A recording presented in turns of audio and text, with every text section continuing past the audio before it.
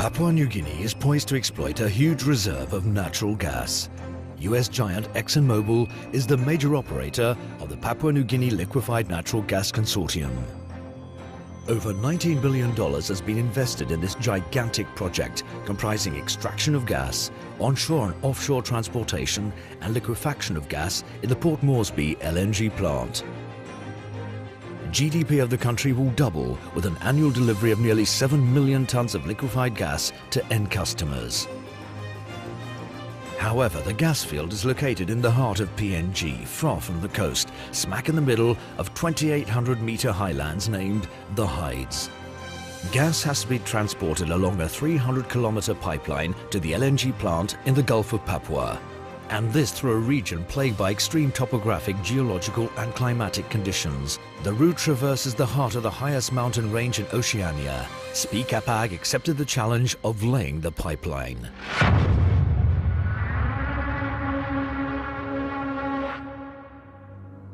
If we were to search for the end of the world, we'd find it here in Papua New Guinea.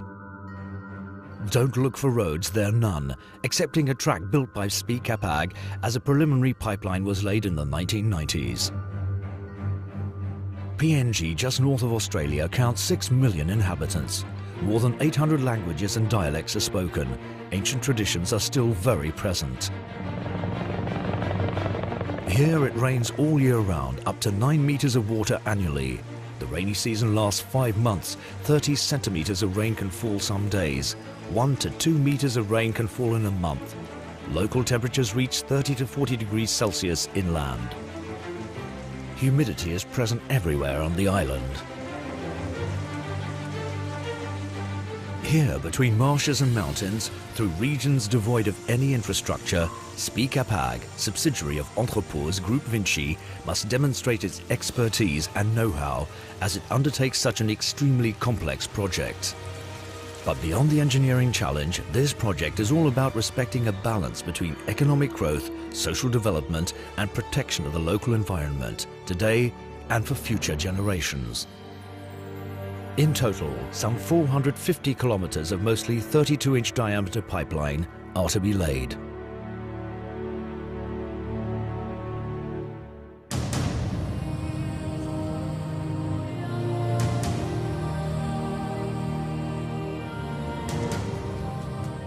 The PNG LNG Consortium is committed to sustainable development. An environmental and social compliance charter involving all stakeholders has been established. Local environment and social practices of locals will be preserved. Safety and health of the project workforce is also a priority.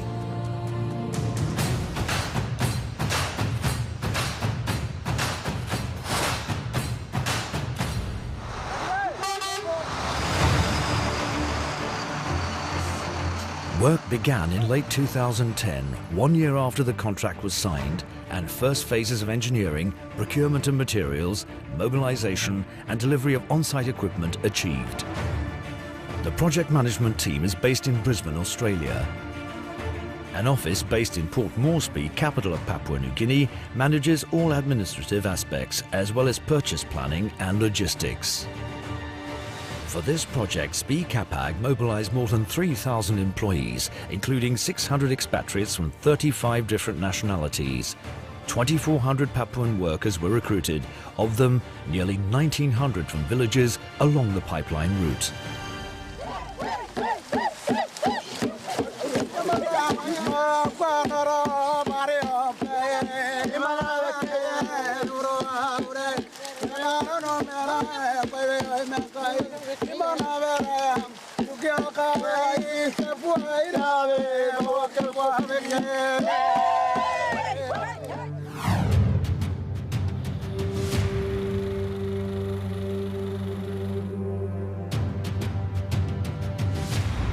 The choice of construction equipment is very important. From Dunkirk, France, 12 cargo ships are chartered. The sheer quantity of materials is breathtaking. 200 earth movers, 260 all-terrain 4x4 vehicles, 50 side booms, over 1,000 camp units, over 100 generators, 100 hydraulic excavators, 45 bulldozers, 50 dump trucks, 70 four-wheel drive buses to transport personnel, 20 cranes, 15 directional drills.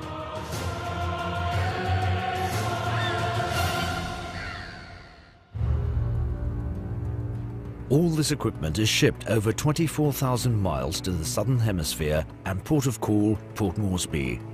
Here, everything is loaded onto landing craft. But shipment is not over. A 400-kilometre, one-week-long upstream route along the Kikori River awaits. Finally, the cargo arrives at Kopi, a small village transformed into freight platform. Kopi will be the sole entry point of the project.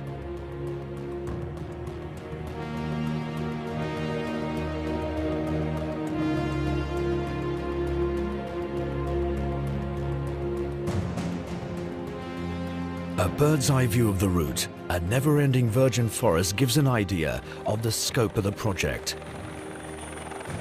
Personnel are transported by helicopter to the different settlements. Work rotations are mostly guided by weather conditions.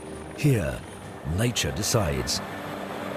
To lodge all 3,000 employees working on the 300-kilometre stretch pipeline laying route, Speedcap Ag has designed mobile living spaces or camps that can accommodate up to 1,500 people each and be moved as the project unfolds. A total of 8 camps are thus assembled and disassembled every 40 kilometres. At least 3 of them are operational at any one time. The cargo ship Kikori Chief transports fuel, supplies and food between Port Moresby and Kopi. Every week, some 32 containers of supplies, in addition to 400 cubic meters of fuel and 9 refrigerated containers of food, are needed. From the coast, the first 120 kilometers of pipeline are laid in a plain called lowlands. This flat area is often flooded after 5 months of monsoons, making it a wild marshland requiring a 12-kilometer stretch of backfill to allow for an access route.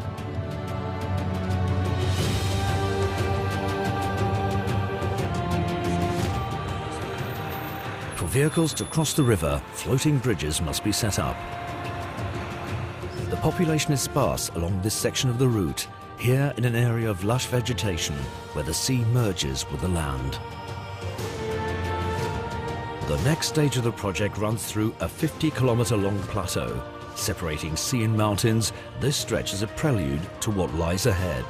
But work continues unabated as employees carry out pipe bending and welding.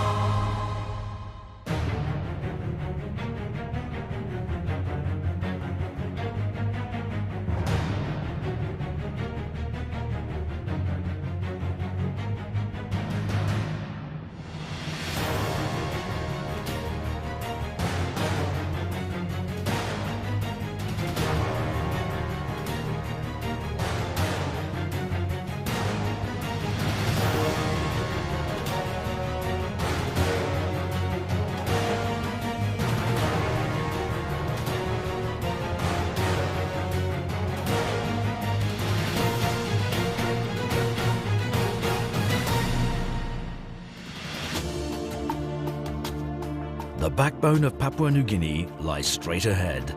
To get there, you have to traverse 150 kilometers of mountains, ranging from heights of 600 to 2,800 meters. The terrain is very rugged. Moreover, an 8-inch condensate canalization must be laid in parallel with the main 32-inch pipeline along 100 kilometers. Much of this terrain consists of very hard rock. This requires blasting operations. The pipeline is laid along a route that dips and then rises steeply, sometimes reaching 39-degree slopes. This calls for specialized equipment such as skyline cranes and spider excavators.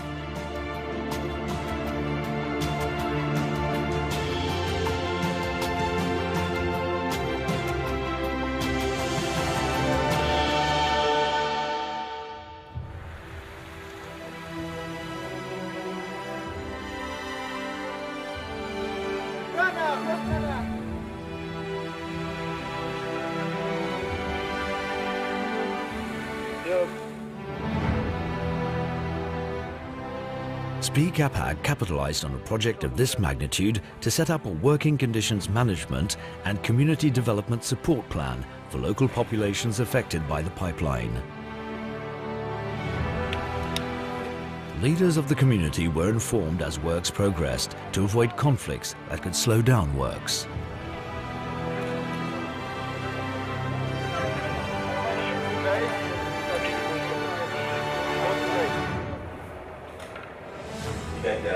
SPIE Cap-Hag ensured recruitment and training in line with the roadmap and recommendations drawn up by ExxonMobil.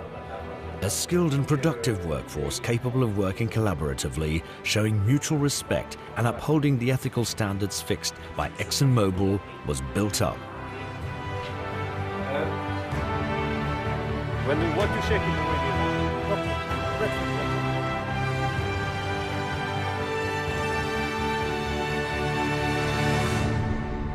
I'm calling Mr. Tomo.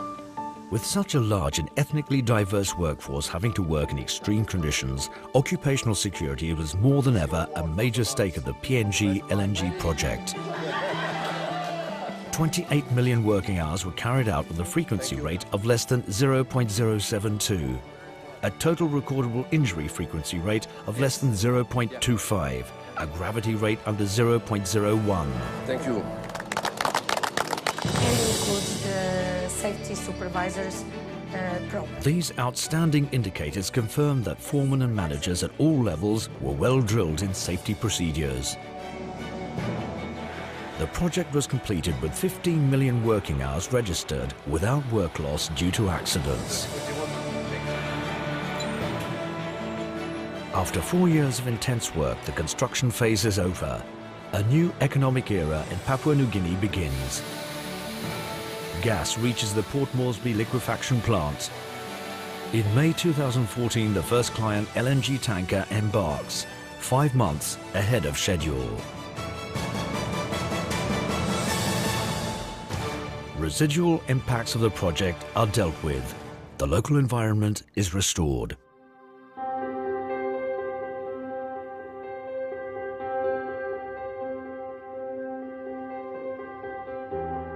Part of the local population are employed to work in permanent installations. Others, having become qualified workers through the PNG LNG project, now work on other oil delivery infrastructures in the country.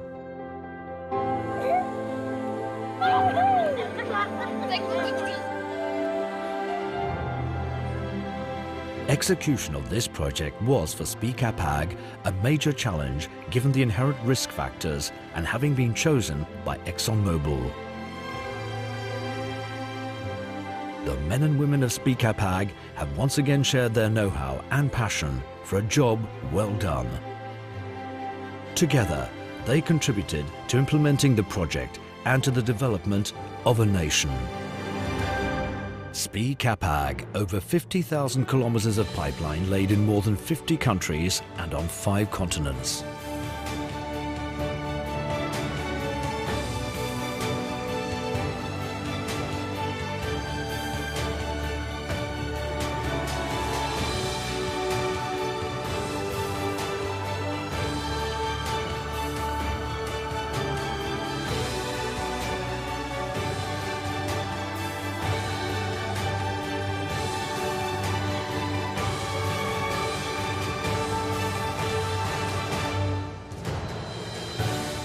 Tell us where you want to go. We've probably been there already. We can share our experience.